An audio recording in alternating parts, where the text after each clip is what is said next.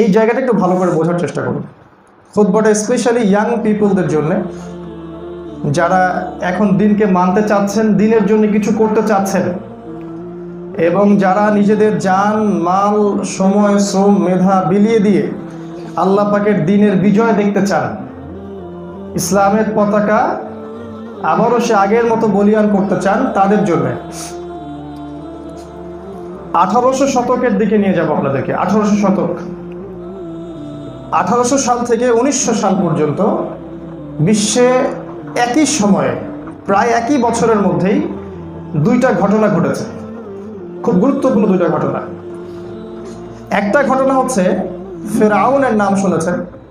এই ফেরাউনের যে লাশ, যে মমি, এটা লোহিত সাগর থেকে ভেসে উঠেছে। যে বছর ফেরাউনের লাশটা ভেসে উঠেছিল, ঠিক সেই বছরেই এই বিশ্বের মধ্যে একটা ঐক্য জোট গঠন করা হয়। আমি খুবই ধীরে ধীরে কথা বলছি এবং যাতে আপনারা বুঝতে পারেন আমি চেষ্টা করছি, কারণ আলোচনাটা কঠিন। একই বছরে ফেরাউনের লাশটাও ভেসে উঠল এবং বিশ্বের, এই পুরো বিশ্বের মধ্যে ইতিহাসে প্রথমবারের মতো একটা ঐক্য জোট গঠন করা হয়। এই ঐক্য জোটটা ছিল মূলত ইহুদি এবং খ্রিস্টানদের মধ্যে, এবং ইহুদি আর খ্রিস্টানদের এই জোটটার নাম তারা দিয়েছে জায়োনিস্ট মুভমেন্ট, বা আমরা যেটাকে বলি জায়ন মুভমেন্ট। এক কথায় এক শ্রেণীর ইহুদি এবং এক শ্রেণীর খ্রিস্টান, যারা ঐক্যবদ্ধভাবে এই বিশ্বকে শাসন করতে চায় এবং যারা চায় ইসলাম, ধর্ম, মানবতা এগুলোর কথা বিশ্ব থেকে মুছে দিতে, এবং বিশ্বকে তারা তাদের জুলুম, তাদের ক্ষমতা, তাদের যে স্বৈরাচার সাম্রাজ্যবাদী নীতি, এর আওতায় এনে শাসন করতে চায়। They want to rule the world. তারা এই বিশ্বকে শাসন করতে চায়। কোন বছর? যেই বছর ফেরাউনের লাশ ভেসে উঠল। এই ঘটনা কাকতালীয়ভাবে হয়নি। ফেরাউনের লাশ ভেসে ওঠার মধ্যে একটা ইঙ্গিত আছে। আল্লাহু আ'লাম বিস-সাওয়াব, আল্লাহ পাক ভালো জানেন। তবে আমাদের মত হচ্ছে ফেরাউনের যে পরিণতি হয়েছিল শেষ পর্যন্ত, এই জায়নিস্ট মুভমেন্টের ঠিক সেই পরিণতি হতে যাচ্ছে সামনে ইনশাআল্লাহ।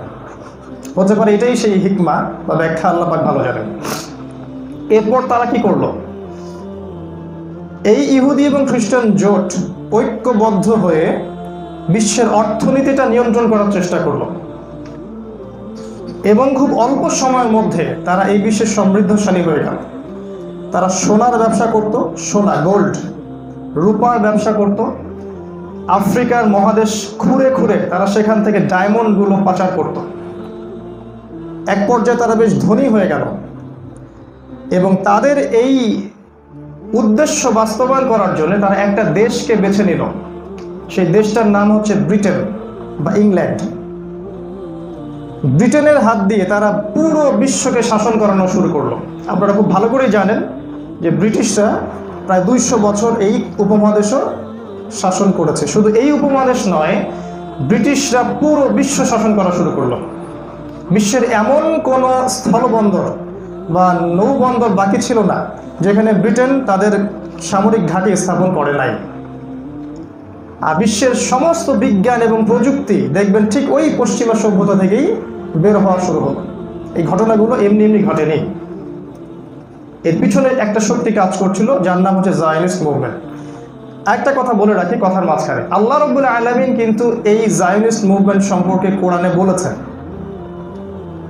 আমি একটা আয়াত বারবার বলি খুতবায়, বিভিন্ন খুতবায় আছে। আল্লাহ পাক সূরা নাহলের মধ্যে বলেছেন 89 নম্বর আয়াতে, ওয়া নাযালনা আলাইকাল কিতাব, হে নবী আমি আপনার প্রতি এমন একটা বই নাযিল করেছি, তিবিয়ানান লিকুল্লি শাই, যেই বইটা প্রত্যেকটা বিষয়ের ব্যাখ্যা, ওয়া হুদান এবং হেদায়াত, ওয়া রাহমাতান এবং দয়া, ওয়া বুশরা লিল মুসলিমিন এবং মুসলিমদের জন্য আল কোরআন হচ্ছে সুসংবাদ।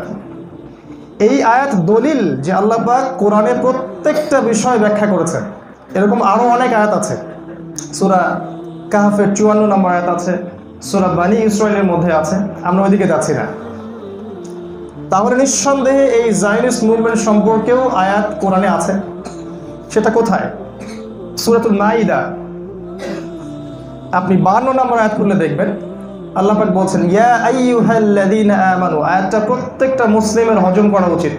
ইয়া আইয়ুহাল্লাযীনা আমানু, হে ঈমানদারগণ, লা তাত্তাখিযুল ইয়াহুদা ওয়ান নাসারা আউলিয়া, তোমরা ইহুদি এবং খ্রিস্টানদেরকে কোশ্চিনকালেও বন্ধুরূপে গ্রহণ করো না। বা'দুহুম আউলিয়াউ বা'দ, কোন ইহুদি কোন খ্রিস্টান? যারা একে অপরের বন্ধু। এই দেখলেন জায়নিস্ট মুভমেন্ট, যারা একে অপরের বন্ধু। বিশ্বের সব ইহুদি সব খ্রিস্টান একে অপরের বন্ধু নয়। বিশ্বের সব ইহুদি এবং সব খ্রিস্টান কিন্তু একে অপরের বন্ধু নয়। রাশিয়া কিন্তু আমেরিকার বন্ধু নয়, চায়না কিন্তু ব্রিটেনের বন্ধু নয়, ভেনিজুয়েলা আমেরিকার বন্ধু নয়। বিশ্বের সব ইহুদি সব খ্রিস্টান একে অপরের বন্ধু নয়। আল্লাহ পাক এই আয়াতে এমন এক শ্রেণীর ইহুদি এবং এমন এক শ্রেণীর খ্রিস্টানের কথা বলছেন যারা আপোষে বন্ধুত্ব করেছে। আর এই বন্ধুত্বটা এই ফিরআউনের লাশ ভেসে ওঠার পর এই জায়নিস্ট মুভমেন্টটি ইতিহাসে প্রথমবারের মতো করেছে। এর আগে কখনো ইহুদি খ্রিস্টানদের মধ্যে কোনো বন্ধুত্ব হয়নি। আপনি রাসূলের সিরায় চলে যান, রাসূল সাল্লাল্লাহু আলাইহি ওয়াসাল্লাম যখন নবী, তখন যুদ্ধ হচ্ছে কিন্তু আমাদের সাথে মুশরিকদের, আমাদের সাথে ইহুদিদের, তাই না? তখন আপনি দেখবেন যে ইহুদি খ্রিস্টানদের মধ্যে ওদের মধ্যে কোনো বন্ধুত্ব ছিল না, বরং ইতিহাস জুড়ে ওদের মধ্যে যুদ্ধই ছিল। এই প্রথমবারের মতো তারা বন্ধুত্ব করলো এই যে 1800 শতকে এসে। তার মানে কোরআন আমাদেরকে বলে দিয়েছে যে ওই সব ইহুদি এবং ওই সব খ্রিস্টানদেরকে বন্ধুরূপে গ্রহণ করো না যারা একে অপরের বন্ধু। যদি করো তাহলে কি হবে? ওয়ামা ইয়াতাওয়াল্লাহুম মিনকুম ফাইন্নাহু মিনহুম, তোমাদের মধ্যে হে মুসলিমরা যারা ওদের সাথে হাত মিলাবে তারা এই উম্মার কেউ না, তারা ওদের অংশ। কথা কি পরিষ্কার? তোমাদের মধ্যে যারা ইহুদি এবং খ্রিস্টানদের সাথে হাত মিলাবে তারা এই উম্মার কেউ না, তারা ওদের বন্ধু। ওয়াল্লাহু লা ইয়াহদিল কওমাজ যালিমিন, আল্লাহ পাক এই জালেমদেরকে কখনো হেদায়েত করবেন না। এই জায়নিস্ট মুভমেন্ট সর্বপ্রথম এই ব্রিটিশদের হাত দিয়ে সারা বিশ্ব শাসন করেছে অনেক বছর, এবং তারা যেখানেই তাদের শাসন স্থাপন করেছে ওইখানেই দেখবেন জুলুম, ফাসাদ, হত্যা, খুন, ধর্ষণ, লুটপাট সব করেছে তারা। এমন কোনো পাপ আর ফাসাদ বাকি রাখেনি যে তারা সেখানে করে নাই। তাদের স্বার্থ উদ্ধার হওয়ার আগ পর্যন্ত তারা সেখান থেকে চলে যেত না। এমনকি উপমহাদেশ থেকে তারা যখন চলে গেছে এমনি এমনি চলে যায় নাই। ভারত পাকিস্তানের দ্বন্দ্ব লাগিয়ে দিয়ে গেছে, ওই কাশ্মীরকে নিয়ে আমাদের দ্বন্দ্ব লাগিয়ে দিয়ে গেছে, বাংলাদেশের সাথে পাকিস্তানকে ডিসকানেক্টেড করে গেছে, বাংলাদেশকে এমন জায়গায় রেখে গেছে যেখানে একদিকে মিয়ানমার, একদিকে ইন্ডিয়া, একদিকে পাকিস্তান, আমরা মাঝখানে। মানে আপনাকে যদি কেউ আক্রমণ করে আপনি কোনো জায়গায় পালিয়েও বাঁচতে পারবেন না, আপনাকে এখানেই বাঁচতে হবে, এখানেই মরতে হবে। ওরা কখনোই কোনো জায়গা থেকে চলে যায়নি যতক্ষণ পর্যন্ত তাদের স্বার্থ উদ্ধার হয়নি, এবং চলে যাওয়ার সময় তারা ওই জায়গায় স্থায়ী ফাসাদ সৃষ্টি করার ব্যবস্থা করে গেছে। এই হলো ব্রিটেনের ভূমিকা। এরপর এই জায়নিস্ট মুভমেন্ট কি করলো? এরপর তারা প্রথম বিশ্বযুদ্ধ লাগিয়ে দিল। প্রথম বিশ্বযুদ্ধ এমনি এমনি হয়নি। তারা 1919 সালের দিকে, আসলে শুরুটা হয়েছে 14 আগ থেকেই, প্রথম বিশ্বযুদ্ধটা লাগিয়ে দিল। এর ইতিহাসটা আপনারা পড়লে দেখবেন অল্প সময়ের মধ্যে বিশ্বের অনেক বড় বড় রাষ্ট্র, শক্তিধর রাষ্ট্র এই যুদ্ধে ইনভলভ হয়ে যায় এবং বহু মানুষ মারা যায়। এতে আদতে লাভ হয়েছে এক শ্রেণীর মানুষের, তারা হচ্ছে ইহুদি। এই যুদ্ধের পরে এক শ্রেণীর মানুষের লাভ হয়েছে বিশ্বের, তারা হচ্ছে ইহুদিরা। ওই ইসরায়েল যারা দখল করে আছে তাদের এই যুদ্ধ লাগানোর উদ্দেশ্য কি ছিল? উদ্দেশ্য ছিল মূলত দুইটা। একটা হচ্ছে তাদের এই যে মিশন বিশ্বকে শাসন করার, এর সবচেয়ে বড় বাধা যে জাতিটা, তার নাম হচ্ছে মুসলিম। এই মুসলিমদের খেলাফত, অটোমান খেলাফতটাকে ধ্বংস করাই ছিল তাদের উদ্দেশ্য। এবং তারা প্রথম বিশ্বযুদ্ধের মধ্য দিয়ে, আপনি খেয়াল করে দেখবেন, ওই জেরুজালেমটাকে মুক্ত করে ফেলল। ওই জেরুজালেম আমাদের হাতে ছিল, যেখানে তুর্কিরা শাসন চালাতো, অটোমান এম্পায়ার, ওসমানীয় খেলাফা। এই বিশ্বযুদ্ধের পর ওই খেলাফত চলে গেল, ইসলামের সর্বশেষ খেলাফত এটাও চলে গেল। আমাদের কোনো খেলাফা থাকলো না, কোনো আমির, কোনো ইউনিটি, কোনো ঐক্য, কিছু থাকলো না। আর ওই জেরুজালেম তারা মুক্ত করে কাদের জন্য ছেড়ে দিল? রহস্যজনকভাবে জেরুজালেম উদ্ধার করার পর ব্রিটিশরা সেটা শাসন করলো না, বরং ব্রিটিশরা ইহুদিদের জন্য একটা দরজা খুলে দিল, তোমরা আসো এবং জেরুজালেমে স্থায়ী আবাস স্থাপন করো। আপনি খেয়াল করলে দেখবেন প্রথম বিশ্বযুদ্ধের পর থেকে ইহুদিরা দলে দলে জেরুজালেমে আসা শুরু করলো এবং তাদের রাষ্ট্রটা তারা গঠন করলো। এবং আমাদের মা, আমাদের বোন, আমাদের ভাই, আমাদের বাবাদেরকে সেখান থেকে সমূলে উৎপাটিত করে জোরপূর্বক জুলুম এবং ফাসাদের বলে জেরুজালেম দখল করলো। এখন পর্যন্ত তারা সেটা দখল করে আছে। আপনি কি ডটগুলো মিলাতে পারছেন? এটা ছিল প্রথম বিশ্বযুদ্ধের মূল উদ্দেশ্য। আরেকটা উদ্দেশ্য ছিল, সেটা হলো ইহুদিদেরকে শক্তিশালী করে তোলা এবং ক্ষমতার যে হাত, এটা ব্রিটেনের হাত থেকে চলে গেল আরেকটা রাষ্ট্রের হাতে। সেই রাষ্ট্রের নাম হচ্ছে আমেরিকা। এখন ব্রিটেনের ভূমিকা শেষ। ব্রিটেন আস্তে আস্তে ইতিহাস থেকে বিদায় নিল, নতুন একটা রাষ্ট্র ইতিহাসের বুকে আসলো, তার নাম হচ্ছে আমেরিকা। এবং ব্রিটেন যা করেছে তার চেয়েও বেশি জুলুম, তার চেয়ে বেশি ফাসাদ, তার চেয়ে বেশি বিজ্ঞান, তার চেয়ে বেশি প্রযুক্তি, তার চেয়ে বেশি অস্ত্র নিয়ে বিশ্বের সামনে হাজির হলো, আরও বড় পরাশক্তি। এবং এও কিন্তু ইহুদিদের স্বার্থেই কাজ করতে লাগলো। আজ পর্যন্ত তারা কিন্তু সেটাই করছে এবং পুরো আমেরিকাকে নিয়ন্ত্রণ করছে এক শ্রেণীর ইহুদি ভিতর থেকে। এই যে ব্রিটেনের বিদায় এবং আমেরিকার আগমন, এই দুইটা দেশের সাথেই এই ইসরায়েলের একটা ঘনিষ্ঠ সম্পর্ক থাকলো এবং এই জায়নিস্ট মুভমেন্ট আস্তে আস্তে ব্রিটেন আমেরিকার হাত ধরে এই বিশ্বের প্রতিটা সেক্টর, এডুকেশন, শিক্ষা, প্রযুক্তি, অস্ত্র, মিডিয়া, অর্থনীতি, রাজনীতি, প্রত্যেকটা সেক্টর ওই জেরুজালেম থেকে তারা নিয়ন্ত্রণ করা শুরু করলো এই জায়নিস্টরা। এবং এই ঘটনার এখন প্রায় 100 বছর পার হয়ে গেছে।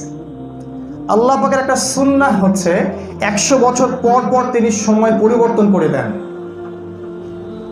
এই 100 বছরে তারা যা করেছে এর প্রত্যেকটা বিষয় যদি ব্যাখ্যা করতে যাই একদিন চলে যাবে। এই 100 বছরে তারা মূল যে কাজগুলো করেছে এই প্রতিটা কাজই হচ্ছে কিয়ামতের বড় বড় আলামত। আমি এই জায়গায় আসি। এই জায়নিস্ট মুভমেন্টের হাত ধরে সারা বিশ্বে যা ঘটলো বিশ্বের এই বিগত 100 বছরে, এটা ইতিহাসের কোনোদিনও ঘটে নাই। একদম মিস্টেরিয়াস ব্যাপার। ইতিহাসে কখনো এই 100 বছরে যা হয়েছে তা হয়নি। কিরকম? তারা যখন ক্ষমতায় আসলো, ব্রিটেন, তারপর আমেরিকা এবং এখন ইসরায়েল, তারা প্রথম বিশ্বযুদ্ধের মতো যুদ্ধ লাগালো। এত বড় যুদ্ধ বিশ্বে কখনো সংঘটিত হয়নি। এরপর তারা দ্বিতীয় বিশ্বযুদ্ধ শুরু করলো এবং দ্বিতীয় বিশ্বযুদ্ধ শুরু করার পর তারা পারমাণবিক বোমার ব্যবহার করলো। এই পারমাণবিক বোমা বিশ্ব কখনো দেখে নাই, এর আগে বিশ্ব কখনো দেখে নাই। তারা সমস্ত ইহুদিদেরকে বিশ্বের আনাচে কানাচে থেকে তুলে নিয়ে জেরুজালেমে আবাস করে দিল। এটা বিশ্বে কখনো হয়নি, 2000 বছরেও কখনো হয়নি। সর্বশেষ ইহুদিরা জেরুজালেমে ছিল কখন জানেন? যখন সুলাইমান আলাইহিস সালামের সময় ছিল তখন। সুলাইমান আলাইহিস সালামের সময় থেকে নিয়ে এই 1914 সাল পর্যন্ত এই লম্বা সময়ে কোনো ইহুদি এই জেরুজালেমে স্থায়ীভাবে থাকতে পারে নাই। ব্যাপারটা কি রহস্যজনক নয়? 2000 বছর পর তারা আবার সেখানে তাদের ঘাঁটি স্থাপন করলো। এরা ক্ষমতায় আসার পর, এই জায়নিস্ট মুভমেন্ট ক্ষমতায় আসার পর তারা ইহুদিদেরকে একটা স্বাধীন সার্বভৌম রাষ্ট্র করে দিল, বরং আমাদের জায়গা দখল করে। আমাদের জায়গা তারা দখল করলো।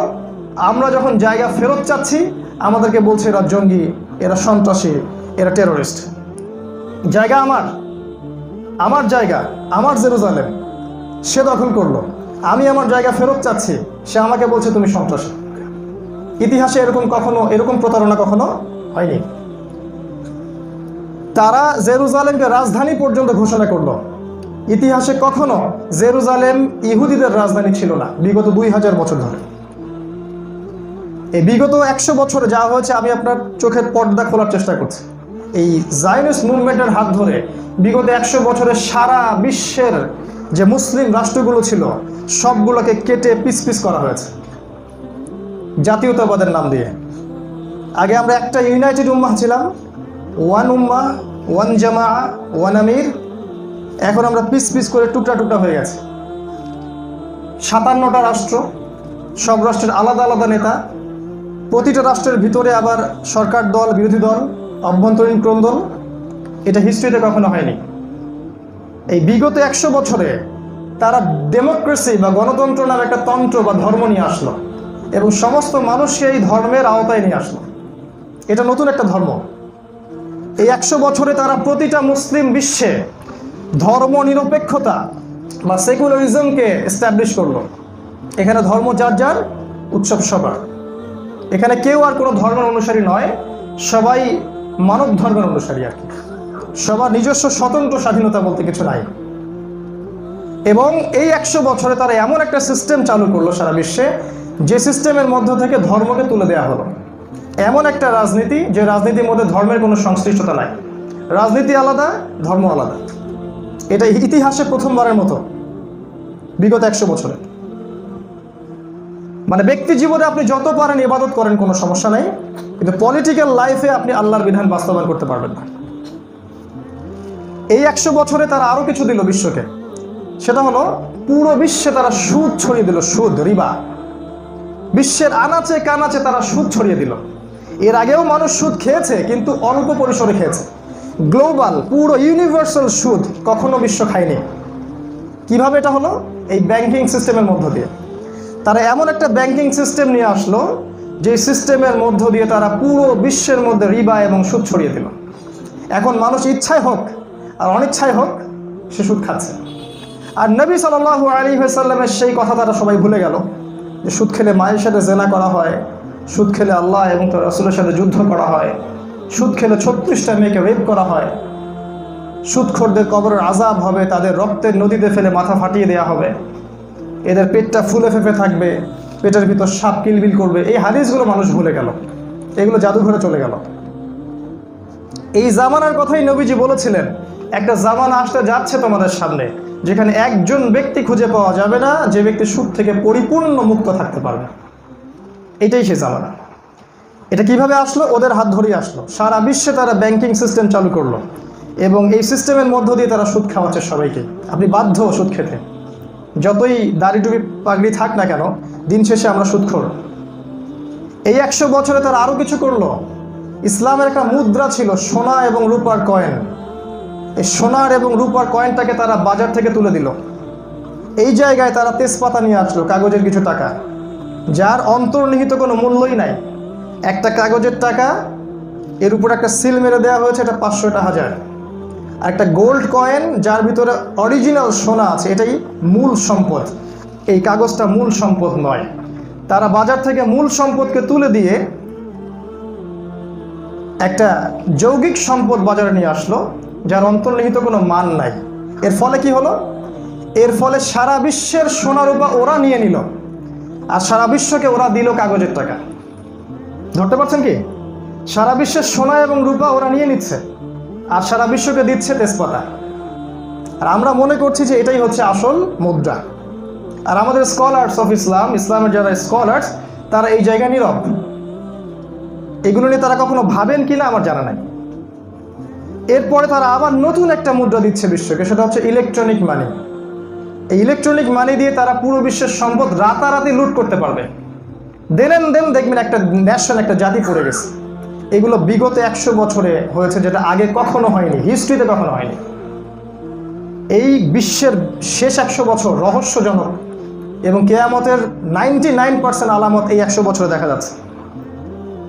খেলাফত চলে গেল, প্রতিটা দেশে সেকুলারিজম, ধর্মনিরপেক্ষতাবাদ, আপনার কমিউনিজম, আপনার জাতীয়তাবাদ, মুসলিম ঐক্যকে বিনষ্ট করা, সুদ ছড়িয়ে দেয়া, এই টাকা পয়সার যে করাপশন, সোনা রূপা তুলে দেয়া, কাগজের টাকা নিয়ে আসা, সব তারা করলো। আরও কিছু করলো তারা একটা সংঘ তৈরি করলো, যার নাম দিল ইউনাইটেড নেশনস বা জাতিসংঘ, যার মূল উদ্দেশ্যই হচ্ছে সারা বিশ্বের মধ্যে মুসলিমদেরকে ডমিনেট করা। তারা আর সব কিছুই করবে, ইসলামকে রাইজ করতে দিবে না। এই জায়গায় তারা তারা সব করতে পারে, ইসলামকে তারা নেতৃত্বের আসনে কোশ্চিনকালেও আসতে দিবে না। এটা ওদের উদ্দেশ্য, অ্যাম্বিশন।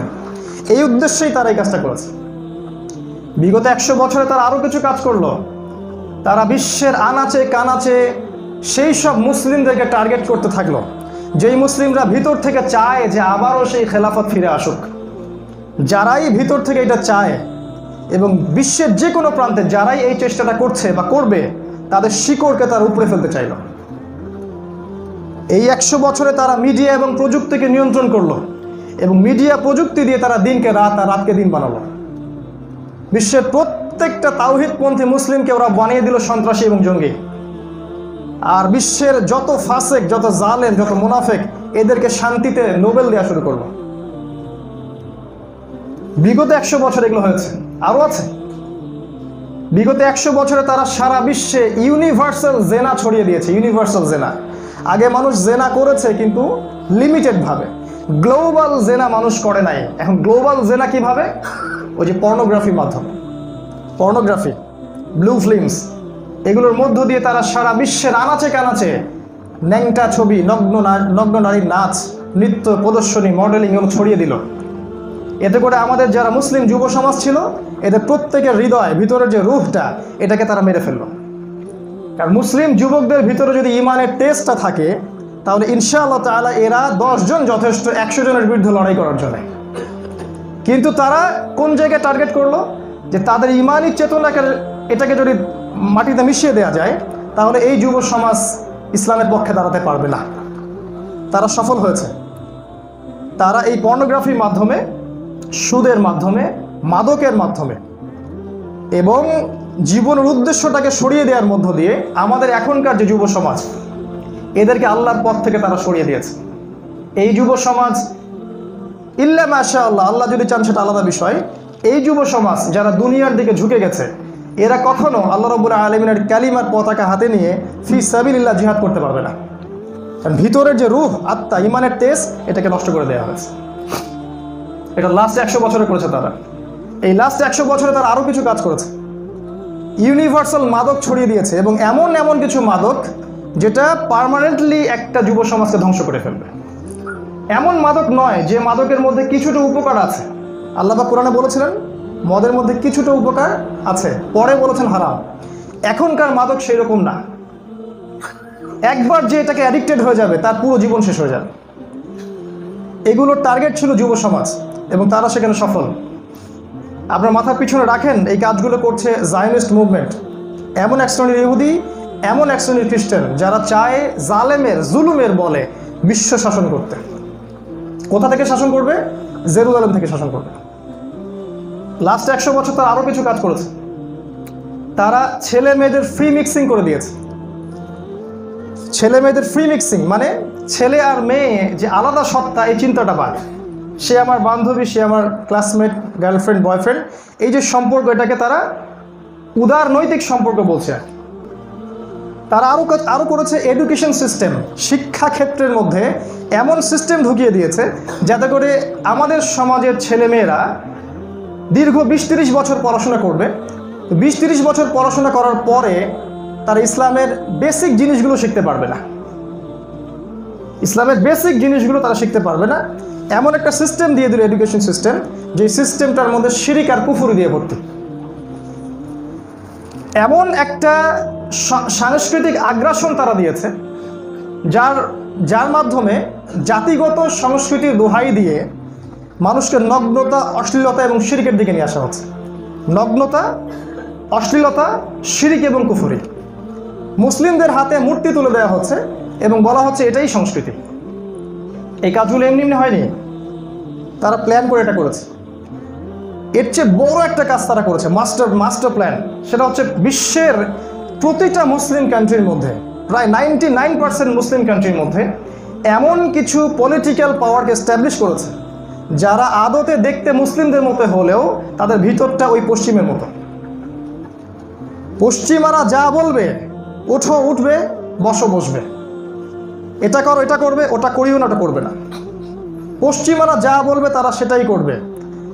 সাদা চামড়ার পশ্চিমাদের কৃতদাসদেরকে তারা প্রতিটা মুসলিম দেশের মধ্যে এস্টাবলিশ করলো, এবং তাদের হাত দিয়েই তারা জনগণকে শোষণ করা শুরু করলো। তারা কিন্তু সশরীরে আসছে না। এরও পরে তারা যেটা করেছে, যে বিজ্ঞান প্রযুক্তির নাম দিয়ে তারা এমন কিছু মারণাস্ত্র তৈরি করেছে যেগুলোর একটা বোম একটা রাষ্ট্রকে ধ্বংস করার জন্য যথেষ্ট, এবং এগুলো তারা নিজেদের হাতে নিয়ে নিয়েছে। এবং মুসলিম কান্ট্রিগুলোকে এই অস্ত্রগুলো তারা দিচ্ছে না। আপনি চিন্তা করে দেখেন, স্বাধীনতার 50 বছর হতে যাচ্ছে, আমরা কিন্তু 50টা পারমাণবিক অস্ত্র তৈরি করতে পারি না। এই জন্য আমাদেরকে কেউ ভয় করছে না। যারা এগুলো আমাদেরকে দিচ্ছে, অস্ত্র যেখান থেকে কিনছি আমরা, তারা মূল জিনিসটা রেখে, যেটা দিলেই না দিলেই নয় সেটা আমাদেরকে দিচ্ছে। আমরা কিন্তু সেটা অর্জন করতে পারিনি।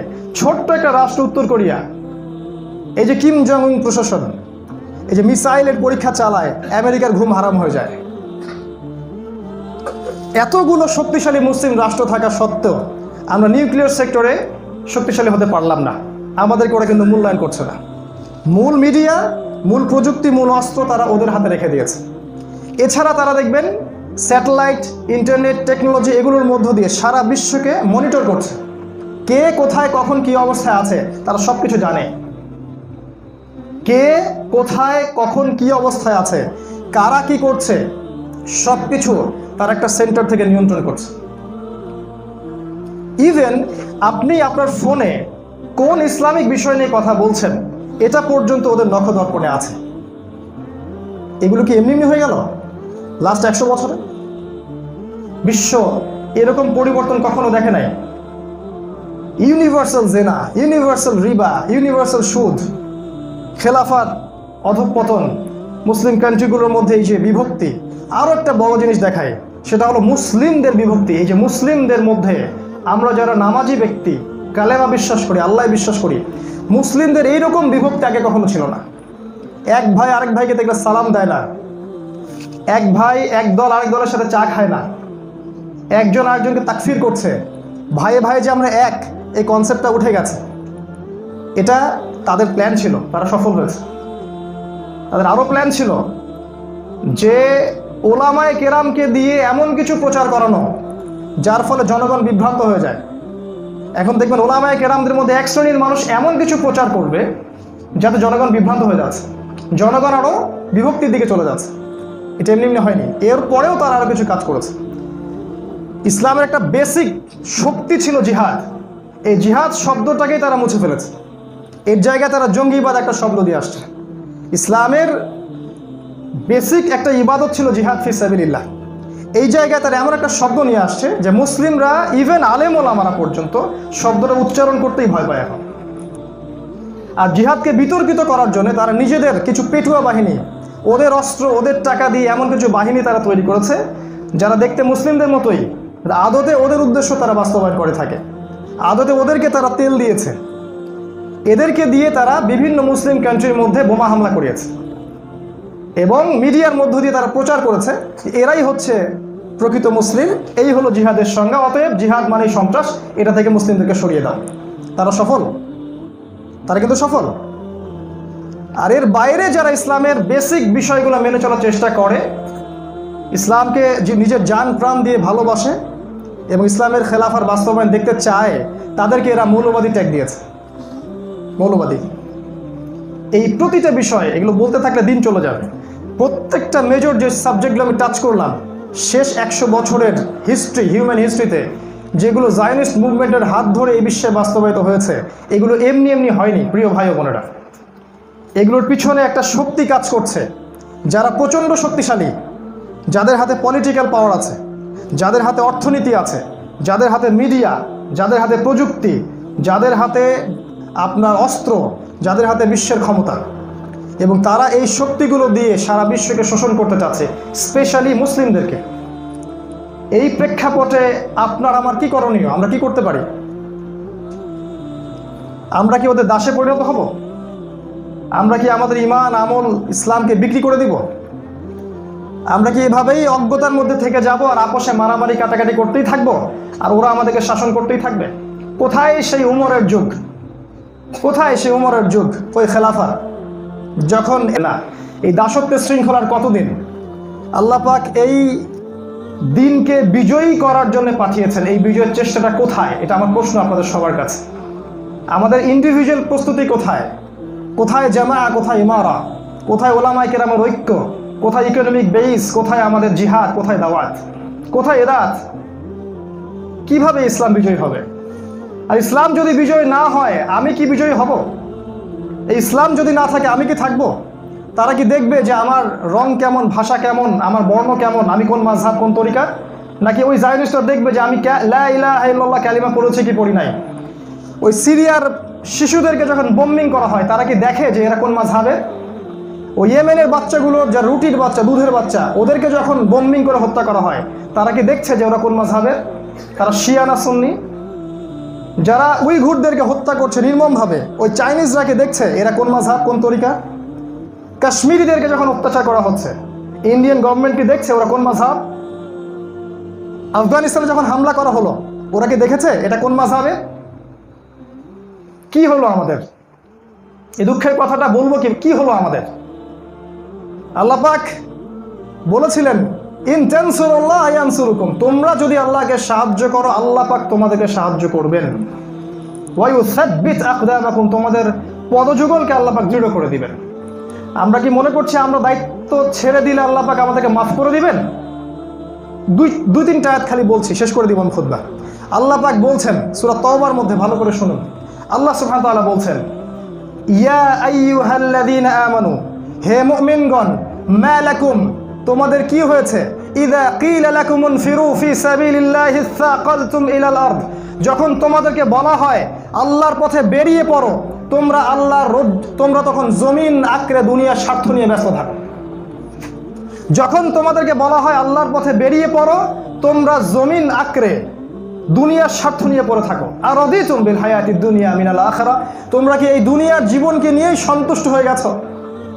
ফামা মাতাউল হায়াতিদ দুনিয়া মিনাল আখিরাতি ইল্লা কালিল, পরকালের জীবনের তুলনায় দুনিয়ার এই জীবন নিতান্তই নগণ্য। আল্লাহ পাক বলছেন ইল্লা তানফিরু, তোমরা যদি আল্লাহর পথে বের না হও, ভালো করে শুনে রাখেন, ইল্লা তানফিরু, তোমরা যদি আল্লাহর পথে বের না হও, ইউআযযিবকুম আযাবান আলীমা, আল্লাহ পাক তোমাদের সবাইকে, একদম সবাইকে মহা যন্ত্রণাদায়ক শাস্তি দান করবে। ওয়াস্তাবদিল কওমান গায়রাকুম, এবং অন্য কওমকে তোমাদের জায়গায় নিয়ে আসবেন। লা তাদুররুহু শাইআ, তোমরা তার কোনো ক্ষতি করতে পারবে না। ওয়াল্লাহু আলা কুল্লি শাইইন কাদির, আল্লাহ পাক প্রত্যেকটা বিষয়ের উপর কর্তৃত্বশীল। ইনফিরু খিফাফা ওয়া সিকালা, তোমরা ভারী দলে এবং হালকা দলে আল্লাহর পথে বের হয়ে যাও, দাওয়াত এবং জিহাদের ক্ষেত্রে বের হয়ে যাও। ওয়াজাহিদু বিআমওয়ালিকুম ওয়া আনফুসিকুম, তোমাদের জান মাল দিয়ে আল্লাহর পথে জিহাদ করতে থাকো। যালিকুম খায়রুল লাকুম, এটাই তোমাদের জন্য উত্তম। ইন কুনতুম মুমিনিন, তোমরা যদি মুমিন হয়ে থাকো। লাউ কানা আরাদান করিবান, মানুষ যদি দেখে সাফল্য নিকটে, ওয়া সাফরান কাসিদান, এবং সফর সংক্ষিপ্ত, লাত্তাবাউকা, তখন তারা তোমার অনুসরণ করে। ওয়ালাকিন বাউদাত আলাইহিমুশ শুক্কা, যখন দেখে রাস্তা অনেক দূর, গন্তব্য অনেক দূর, পথ অনেক কঠিন, তখন তারা হৃদয়ে শুক্কা, সন্দেহ ফিল করে। সায়াহলিফুনা বিল্লাহি লাউ ইসতাতা'না লাখারাজনা মাআকুম, তারা বলে সামর্থ্য থাকলে আমরা ঠিকই আল্লাহর পথে কাজ করতাম। ওয়াল্লাহু ইয়ালামু ইন্নাহুম লাকাযিবুন, আল্লাহ পাক খুব ভালো করেই জানেন এরা মিথ্যা কথা বলছে। ওয়ামান আসদাকু মিনাল্লাহি হাদিস, এগুলো আল্লাহ পাকের কওল, আল্লাহ পাকের হাদিস। এটাকে চ্যালেঞ্জ করতে যায়েন না, আপনি পারবেন না। আল্লাহ সুবহানাহু ওয়া তাআলা আমাদেরকে এই দুনিয়ার প্রেক্ষাপটটা বোঝার তৌফিক দান করুন, আমিন। এই অবস্থা থেকে উত্তরণ করতে হলে আমার নাসিহা, আমার পরামর্শ হচ্ছে, অনেকের অনেক নাসিহা থাকবে, আমি আমার অবজারভেশন বলছি। প্রথমে আমাদের নিজেদেরকে, আমাদের যুব সমাজকে স্পেশালি, এবং আমাদের এই ছোট ছোট সোনামণিদেরকে, এদেরকে এমন এডুকেশন সিস্টেমে পড়াশোনা করাতে হবে যেখানে পড়াশোনা করলে তারা আগামী বিশ্বকে চ্যালেঞ্জ করতে পারে জ্ঞান দিয়ে। ওরা আমাদের সব কেটে টুকরা টুকরা করতে পারে, ওরা আমাদের সব কেটে টুকরা টুকরা করতে পারে, কিন্তু আমাদের জেহেন, আমাদের জ্ঞানকে তারা কাটতে পারবে না। এই জ্ঞানতাত্ত্বিক যুদ্ধের ময়দান সবসময় উন্মুক্ত থাকে। অতএব জ্ঞান দিয়ে যুদ্ধটা আগে করতে শিখুন। ইকরা বিসমি রাব্বিকাল্লাযী খালাক, আগে জ্ঞানের যুদ্ধ।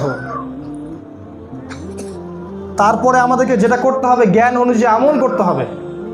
শুধু জেনেই গেলাম, আমল করলাম না, আমরা মুনাফিক হয়ে যাব। জ্ঞান অনুযায়ী আমল করতে হবে। 3 নম্বরে আদর্শ পরিবার গঠন করতে হবে।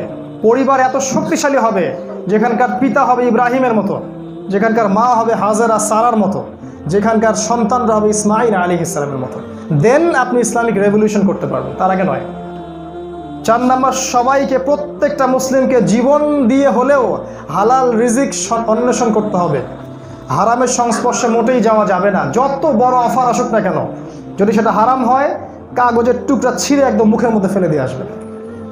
তেজ দীপ্ত ঈমান থাকতে হবে যে হারাম রিজিক আমার পেটে যেন না যায়। একটা হারাম রিজিক পেটে যাবে, আমার ভিতর থেকে নূর চলে যাবে, আমার দ্বারা এই কথাও আর বের হবে না, এই জিহাদি জজবাও আর থাকবে না। হারাম রিজিকে তালাশ করা যাবে না। 5 নাম্বার, যে বিয়ে শাদী করে ফেলতে হবে এবং বেশি বেশি সন্ততি নিতে হবে। ওরা চায় আমাদের সন্তান যেন কম হয়। আপনাকে বেশি বেশি ইসমাইলের মতো ত্যাগী সন্তান তৈরি করতে হবে। আপনার সন্তান হবে খালিদের মতো, ওমর ইবনে খাত্তাবের মতো, ইনশাআল্লাহ তাআলা মুসআব বিন উমাইরের মতো, ওই সালাউদ্দিন আইয়ুবীর মতো। আপনার সন্তানকেই তৈরি করতে হবে। কেউ যদি না থাকে ইসলামের পথে, আপনার সন্তান একাই যেন পতাকা নিয়ে হেঁটে যায়, এরকম সন্তান দরকার আমার। আল্লাহ পাক বলেছেন, তোমরা যদি প্রকৃত ঈমানদার হও, তোমরা 1 জন 20 জনের সমান। সূরা আল ইমরানে দেখবেন 1 জন 20 জনের সমান। ওরা কখনোই আমাদের সাথে সমতার ভিত্তিতে লড়াই করতে আসে নাই, সব সময় বেশি নিয়ে আসছে, আমরা সব সময় কম নিয়ে গেছি। কিন্তু প্রতিটা বার বিজয় আমাদের হয়েছে।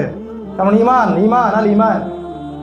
সন্তান নিতে থাকেন, হালাল রিজিক তালাশ করেন, জামাআ গঠন করুন, এমন দাওয়া দিন যে দাওয়াতটা হচ্ছে লিবারেল, যেখানে মানুষকে একটা জায়গায় আনা যায়। ওই হানাফিয়া, সালাফি, ব্রেলভি, আট্রশিদ, দেওবন্দি, চরমনাই সব ভেদাভেদ ভুলে যান। আপনি কোনো একটা মাযহাব ফলো করেন, সেটাতে কারো আপত্তি নাই, আলহামদুলিল্লাহ। কিন্তু আল্লাহর ওয়াস্তে অন্য ভাইকেও ভাই মনে করতে শিখুন। সবাইকে একটা জায়গায় আনার চেষ্টা করুন। সবার মাঝে মিউচুয়াল একটা আন্ডারস্ট্যান্ডিং থাকতে হবে, আপোষে ভাই ভাই মহব্বত থাকতে হবে। সবার মাঝেই কিছু না কিছু খারাপ জিনিস আছেই, এটাকে বাদ দেন, এড়িয়ে যান। এখন সেগুলো নিয়ে তর্ক করার সময় না, এখন এগুলো নিয়ে তর্ক করার সময় নেই। এখন ওই সব বিষয় নিয়ে কথা বলতে হবে। তাআলাউ ইলা কালিমাতিন সাওয়াইন বাইনানা ওয়া বাইনাকুম। ওই পথে আসেন যা আপনার আমার মধ্যে কমন এক জিনিস। ঐক্যবদ্ধ প্ল্যাটফর্ম দরকার, ওলামায়ে কেরামের একটা ঐক্য দরকার, যেটা আমি মনে করি না, আল্লাহু আ'লাম বিসওয়াব, আমার মনে হয় না এটা বাংলাদেশে পসিবল। কেন জানি আমরা একজন আরেকজনকে গ্রহণ করতে পারি না। অভ্যন্তরীণ হিংসাই হোক, আর ক্রন্দলি হোক, আর জ্ঞানের অভাবই হোক, কেন জানি আমরা একসাথে বসতে চাচ্ছি না। জনগণ বসতে চায়, ওলামায়ে কেরাম বসতে চান না। সবাইকে নিয়ে একটা জামাআ গঠন করুন, ইউনাইটেড প্ল্যাটফর্ম। আল্লাহর পথে দাওয়া অব্যাহত রাখতে হবে। অর্থনৈতিক ভিত্তি শক্ত করা উচিত, পররাষ্ট্রনীতি অবলম্বন করা উচিত, দেশব্যাপী চেইন নেটওয়ার্ক তৈরি করা উচিত যারা তাওহীদপন্থী জনতা তাদের। ইনশাআল্লাহ তাআলা আপনি দেখবেন ধীরে ধীরে কিভাবে ভোর হয়, এটা আপনি দেখবেন। রাত অনেক গভীর, কিন্তু ভোর হবে ইনশাআল্লাহ। এই কাজগুলো আমাদের বেসিক কাজ, এই কাজগুলো আমাদের বেসিক কাজ। আল্লাহ রাব্বুল আলামিন আমাদের সবাইকে এই কাজগুলো বাস্তবায়ন করার তৌফিক এনায়েত করুন, আল্লাহুম্মা আমিন। আমি আর খুতবা লম্বা করছি না, সর্বশেষ একটা কথা বলবো যে আল্লাহ রাব্বুল আলামিন, আমরা যদি দায়িত্ব পালন না করি, আল্লাহ পাক আমাদেরকে সরিয়ে দিবেন, অন্য কওমকে আমাদের জায়গায় নিয়ে আসবেন। কোনো সন্দেহ নেই, আল্লাহ পাক আমাদেরকে আযাব দিয়ে ধ্বংস করবেন। আর যে কাজটা বাকি আছে, এই কাজটা করার জন্য আল্লাহ পাক ইমামুল মাহদিকে সামনে নিয়ে আসবেন, ঈসা আলাইহিস সালামকে নামাবেন, এবং প্রত্যেক সেই ইহুদি খ্রিস্টান এবং জায়নিসদের সাথে যুদ্ধ হবে, পুরো বিশ্ব জুড়ে যুদ্ধ হবে, এবং ইসলামী খেলাফা আবারও সেই জেরুজালেম থেকে বাস্তবায়িত হবে ইনশাআল্লাহু আযজা ওয়া জাল। এই সফরে, এই কাফেলায় আপনি আমি শরীক থাকতে চাই কি না, আমাদেরকে চিন্তা করতে হবে। যদি চান, আলহামদুলিল্লাহ, আপনি এগিয়ে আসুন। যদি না চান, ডিসিশন আপনার, আপনার জীবন, আপনার পরকাল, আপনার হিসাব। আল্লাহ পাক আমাদেরকে বোঝার তৌফিক দান করুন, আল্লাহুম্মা আমিন। আসসালামু আলাইকুম ওয়া রাহমাতুল্লাহি ওয়া বারাকাতুহু।